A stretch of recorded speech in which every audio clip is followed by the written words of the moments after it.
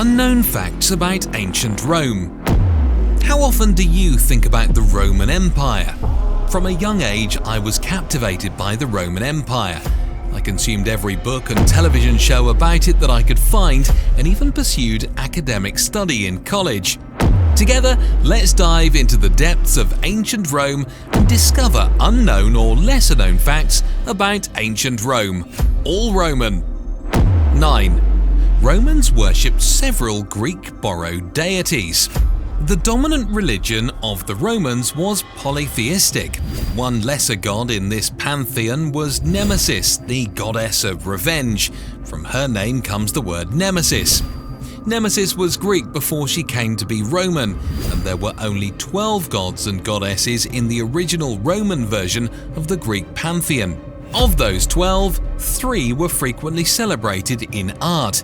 Jupiter, protector of the state, the Greeks Zeus; Juno, protector of women, the Greeks Hera; and Minerva, goddess of craft and wisdom, the Greeks Athena.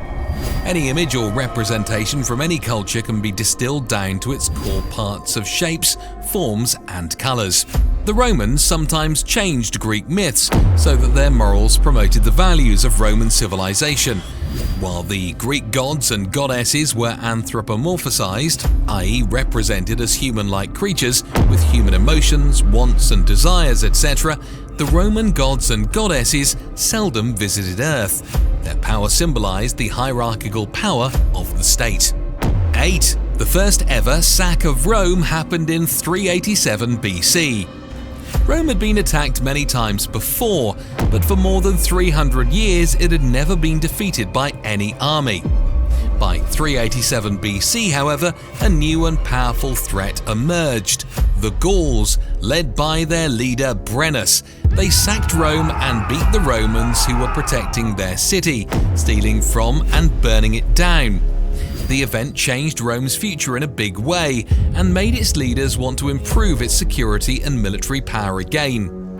The next time that Rome was attacked would be just over 300 years later, when the Visigoths started looting it at night during Holy Week of 410 AD. But even after this, the attacking Goths were beaten by the defenders of Rome, whose resolve to protect the city remained strong.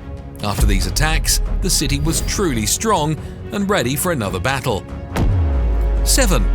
The Roman Empire was actually 2 empires. In 286 CE, the Roman Empire encompassed what is today Britain and the Persian Gulf.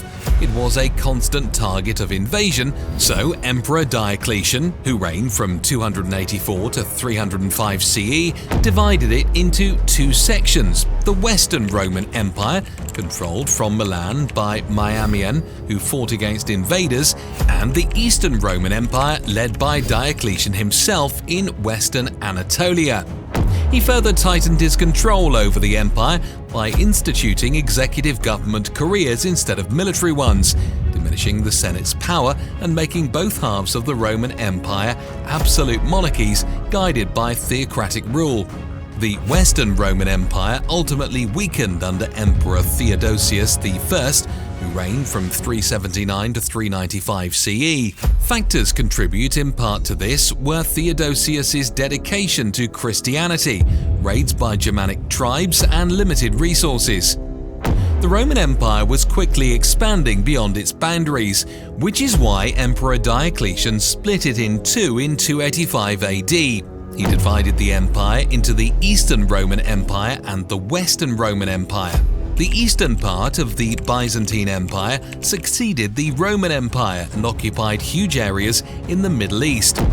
This powerful state existed for more than 1,000 years before it succumbed to the Ottoman Empire in 1543 AD. Unfortunately, the Western Roman Empire wasn't as successful as its distant neighbour, with Rome being sacked in 410 AD and then finally collapsing completely in 476 AD. 6. Roman society had clear social classes. Roman society was a highly stratified system with little opportunity for social mobility.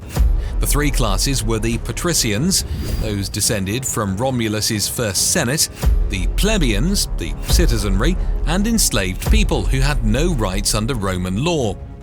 After the conflict of the orders, from 500 to 287 BCE, it became possible to transition between patrician and plebeian classes. In 287 BCE, Hortensian law ruled that resolutions passed by the plebeian consul were binding for all Roman citizens. 5. The practice of divorce was not stigmatized in ancient Rome.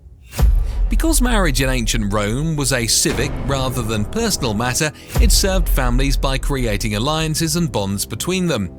A marriage could create mutually beneficial socio-culture and socio-political connections between families.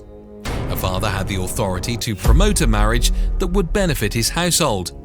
As the head of the family, a father had the right to sell his daughter and keep her dowry if he divorced her without cause. Divorce occurs when one member of a couple decides they want to marry someone else, or when an infertile couple remains married. Common reasons for divorce included adultery, infertility, consuming wine excessively, and making copies of the household keys. The Justinian Code of 449 CE allowed women to divorce men under certain circumstances. Number 4.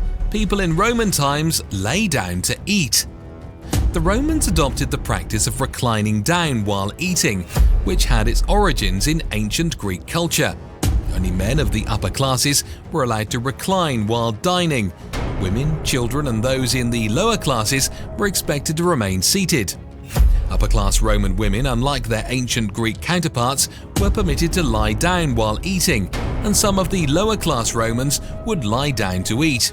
Those who were wealthy enough to afford them, or who enslaved people sufficient to set up a table for themselves with all of its accoutrements, silverware, water pitchers, and cups, bowls for different kinds of foods, would lounge on couches.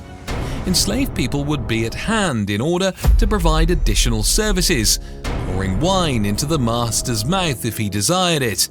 The tables were low enough so that those reclining could reach out and take food from common serving platters placed among the couches. 3. English words are inspired by Roman culture. The English language today is a product of various cultural elements that have merged over time, notably the Roman Empire. Romans spread Latin throughout Europe, and consequently many English words are rooted in this language. Not only are their words derived from Latin, but their impact on grammar is also well known. For example, several features of the accusative case can be traced back to Latin, as can the relative pronoun who. Ultimately, it is evident that the Roman Empire has had an enduring influence on the English language. In the time of the ancient Romans, Latin was spoken throughout their growing empire. Latin has been used as a language since ancient times, and even today it serves as the foundation for the English alphabet. During the Hun invasion of Rome, this led to an influx of refugees to other parts of Europe and northern Africa as they conquered vast swathes of land. They also built roads and aqueducts to communicate the Latin language to all places across the world. Middle school students can continue learning about this fascinating period of history with classroom resources. While some may be disappointed to hear that there is no evidence that ancient Romans spoke English, there is still plenty of written material from this era. 2. The Romans were the first people to invade Britain. Until 55 BC, most people weren't certain that Britain even existed. With great aspirations, Julius Caesar chose to invade the country and gain himself both gold and fame in the process. Unfortunately, Caesar's first invasion proved to be a failure, netting him neither wealth nor victory. But what it did accomplish was proving what he had set out to, that Britain did indeed exist, and he had managed to invade it.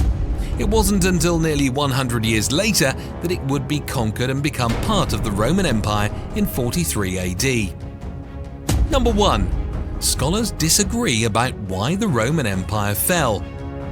No single cause can be blamed for the Western Roman Empire's fall in 476 CE, or the Eastern Roman Byzantine Empire's eventual collapse in the 1400s.